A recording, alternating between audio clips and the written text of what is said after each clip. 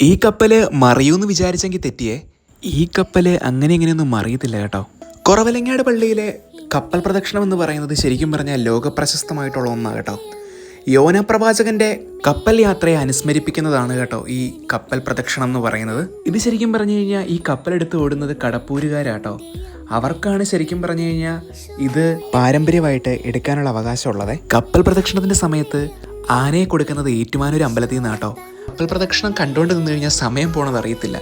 ശരിക്കും ഇത് പൊരി വെയിലത്ത് നടക്കുന്നത്. പക്ഷേ ഇവിടുത്തെ ജനത്തിരക്കെന്ന് പറയുന്നുണ്ടല്ലോ, എന്നാ പറയുന്നത്, അത്രയ്ക്ക് വിശ്വാസത്തോടെ കേട്ടോ ആൾക്കാരൊക്കെ ഇവിടെ വരുന്നത്. എന്തോരം ആൾക്കാരാണെന്നറിയാവോ.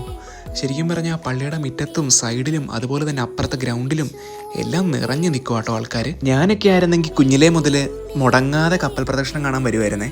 പക്ഷേ ഇപ്പോൾ കുറേ വർഷം കൂടി ആട്ടോ ഇപ്പോൾ കപ്പൽ പ്രദക്ഷിണം കാണാൻ വന്നേക്കുന്നത്. അതുകൊണ്ട് ഭയങ്കര സന്തോഷം ഉണ്ടായിരുന്നു. കപ്പൽ പ്രദക്ഷിണമൊക്കെ കണ്ട് മാതാവിനോട് പ്രാർത്ഥിക്കുകയൊക്കെ ചെയ്ത് ഞങ്ങൾ ഇവിടെ നിന്ന് പോകുന്നു കേട്ടോ.